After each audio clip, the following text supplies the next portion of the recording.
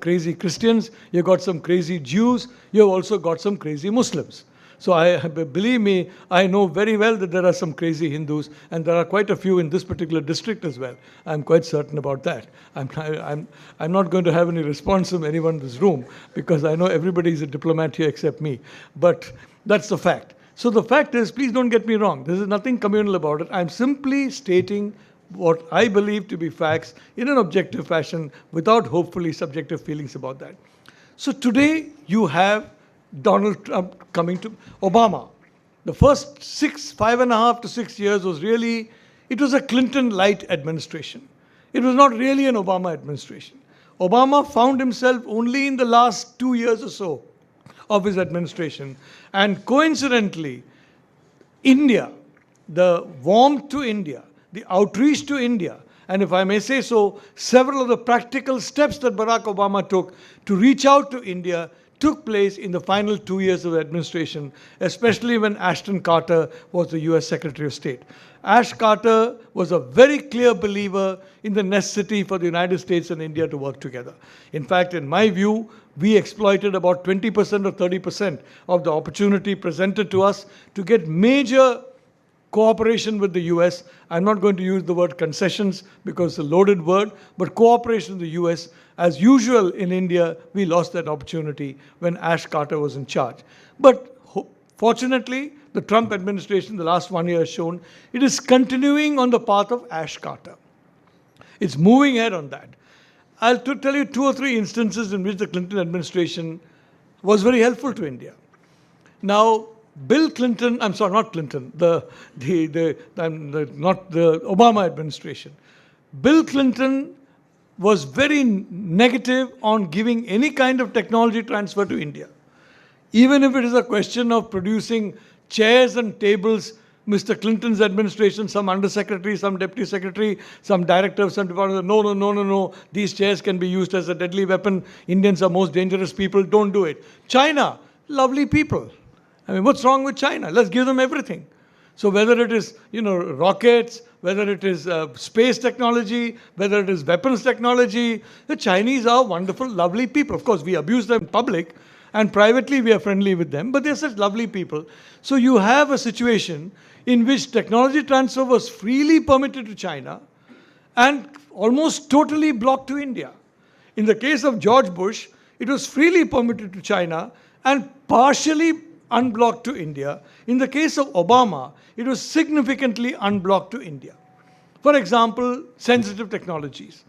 Obama said very clearly, if an Indian request has come for sensitive technology and you want to deny that technology to India, 3 undersecretaries have got to sign on that piece of paper that in the US national security interest, these technologies must be denied to India. Otherwise, India cannot be denied that technology. That's a very high bar to cross.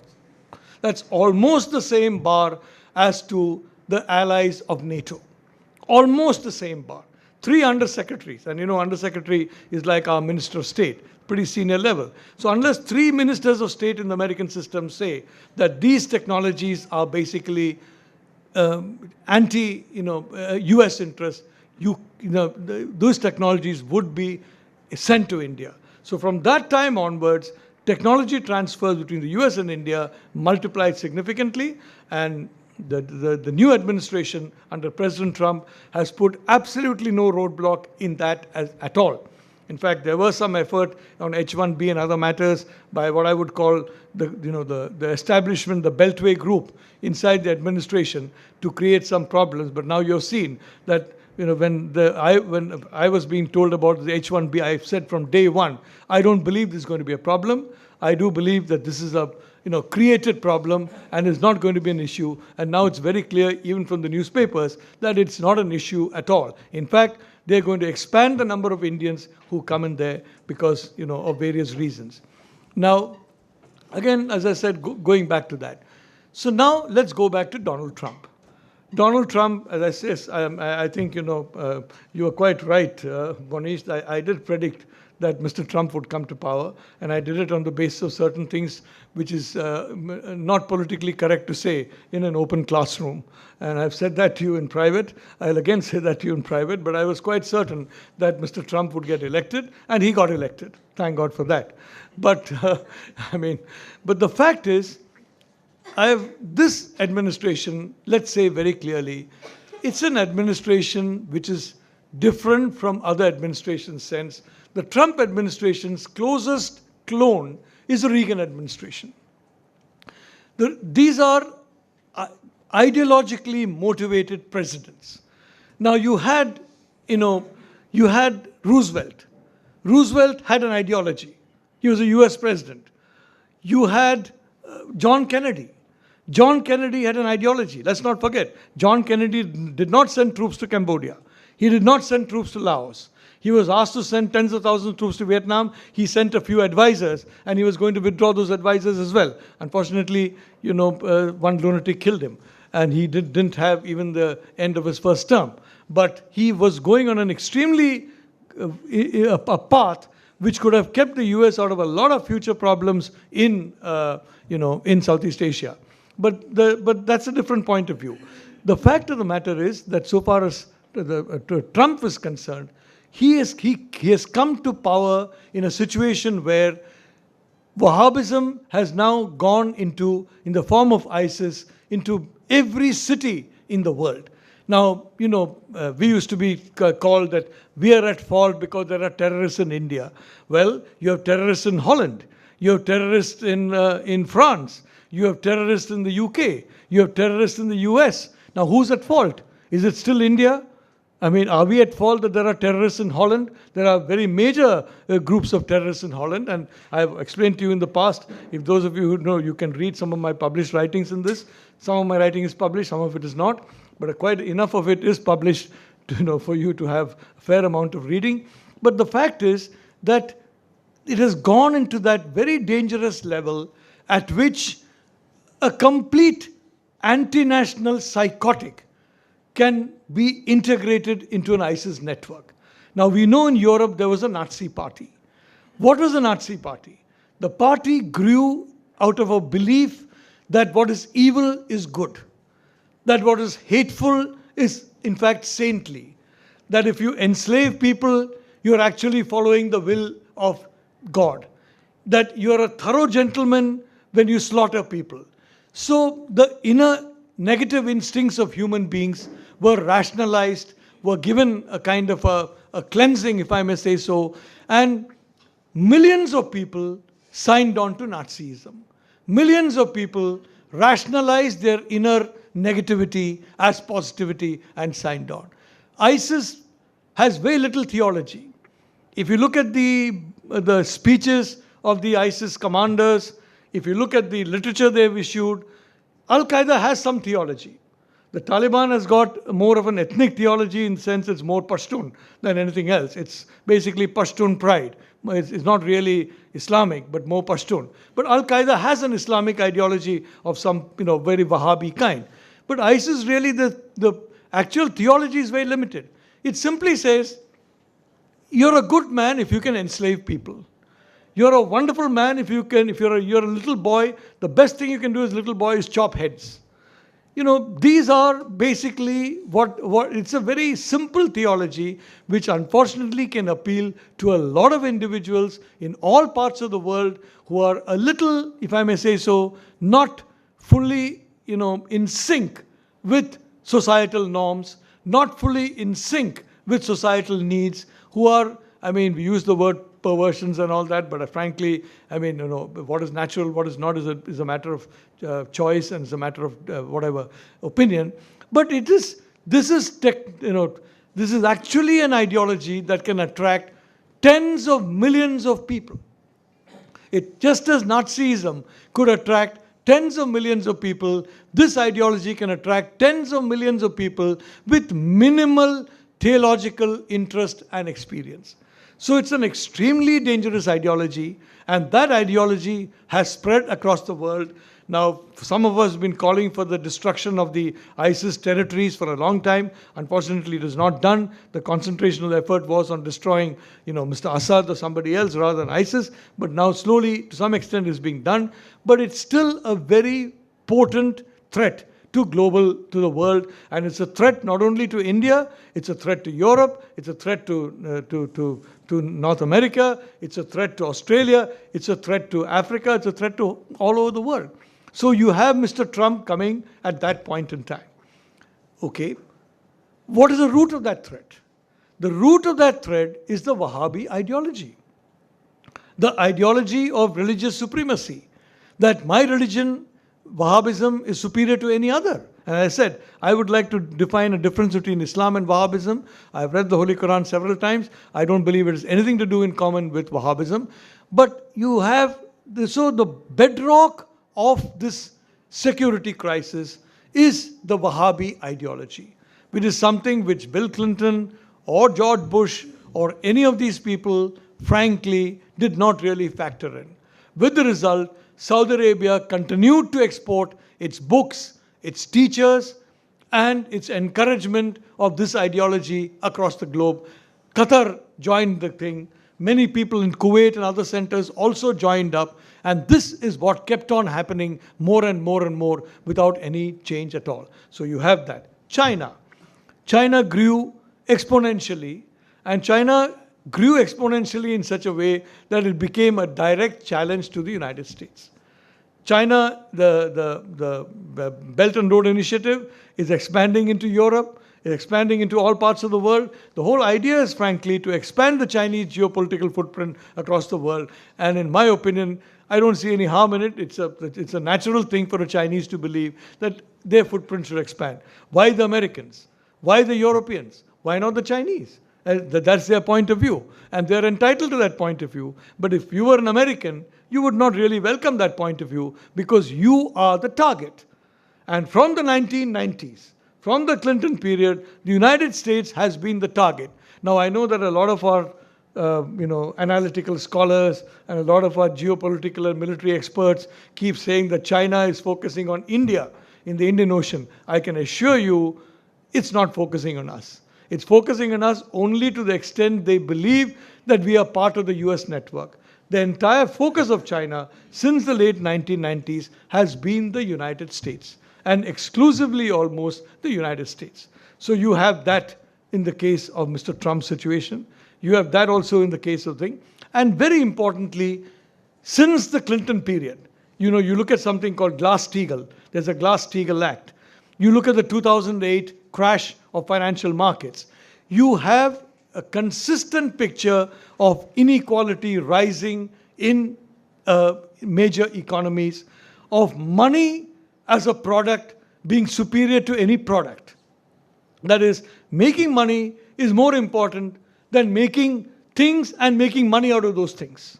So that again began from the time of Clinton, expanded during the time of George W. Bush, and it has now reached a kind of a pretty dangerous point because you have got tens of millions of people who are unemployed or underemployed in Greece, in other parts of Eastern Europe, in Western Europe, in the United States, in large parts of, forget about the third world, I'm talking about the first world. Millions of people are today unemployed or underemployed. And today, the standard of living is actually coming down for the first time in several generations. So all these trends are coming together in the presidency of this individual. So obviously, if you use the methods and you use the solutions of the past, they're not going to work. Let's say, I've not been well, and I go to a doctor, and for years and years, he gives me the same medicine, I have the same problem.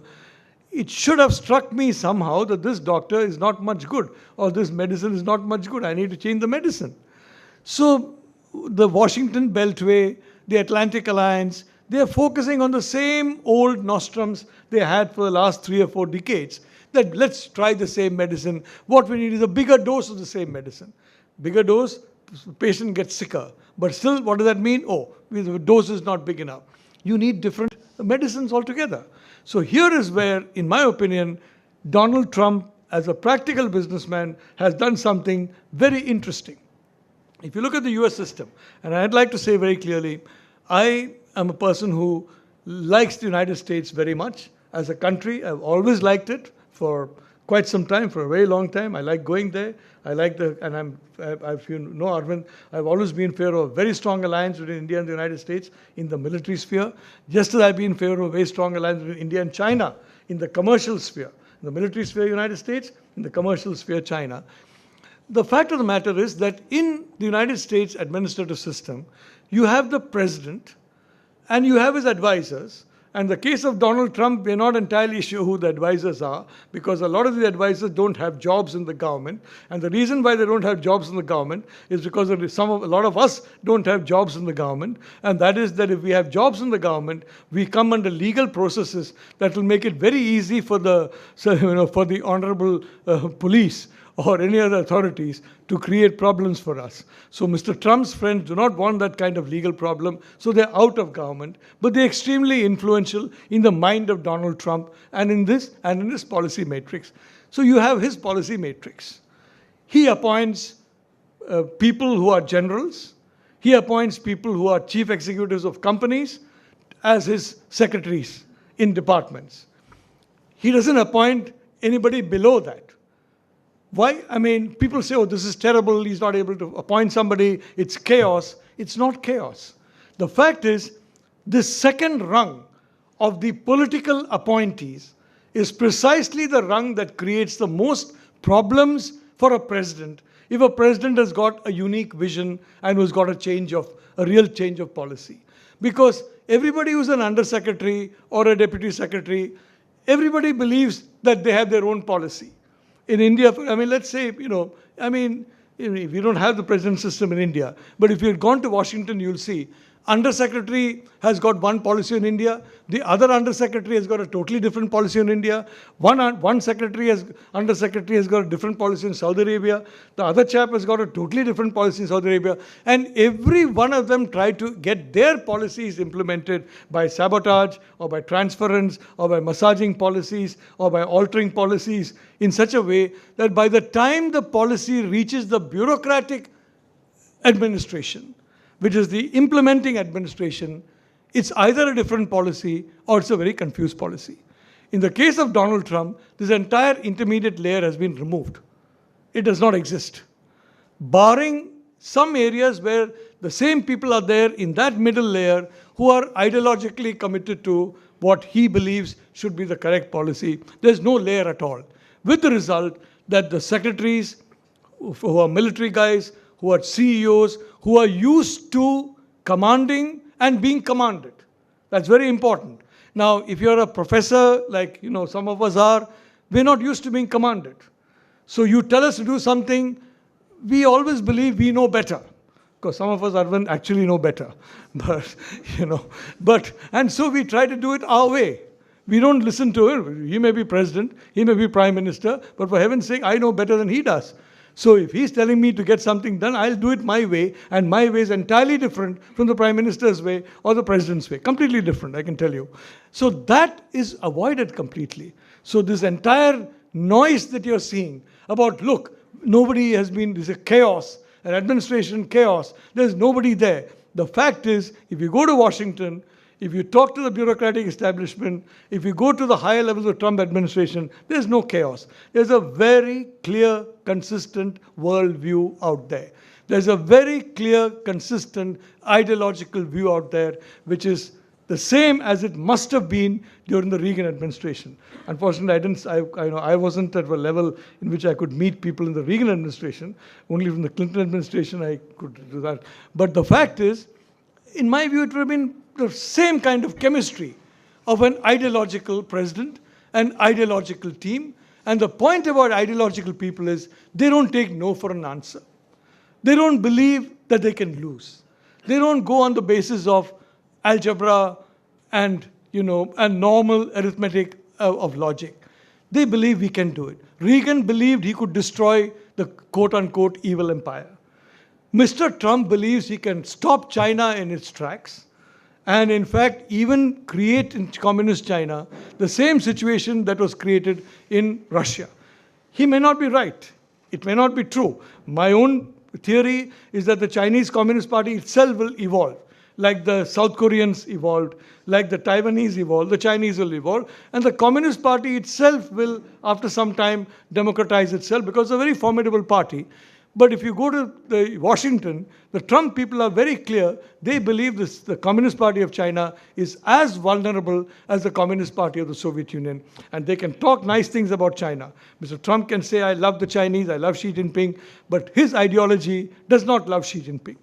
And if you believe Mr. Trump, then I can tell you that in the Second World, in Europe, there were cases in which two people temporarily came together who were ideologically far apart, and it was not very long before they started fighting each other. They were very close to each other, they were hugging each other, they were having deals with each other, but ideologically different. Finally, ideology prevailed. The ideology of the Trump administration is very clear. It will be China first. Within 16 to 17 years at most, if something is not done to check the rise of China. They're very, very clear on that. Two, you can, as Obama says, what does he say? That something pops up, you go after it, something pops up, you go after it, that kind of thing. No. One smoke comes,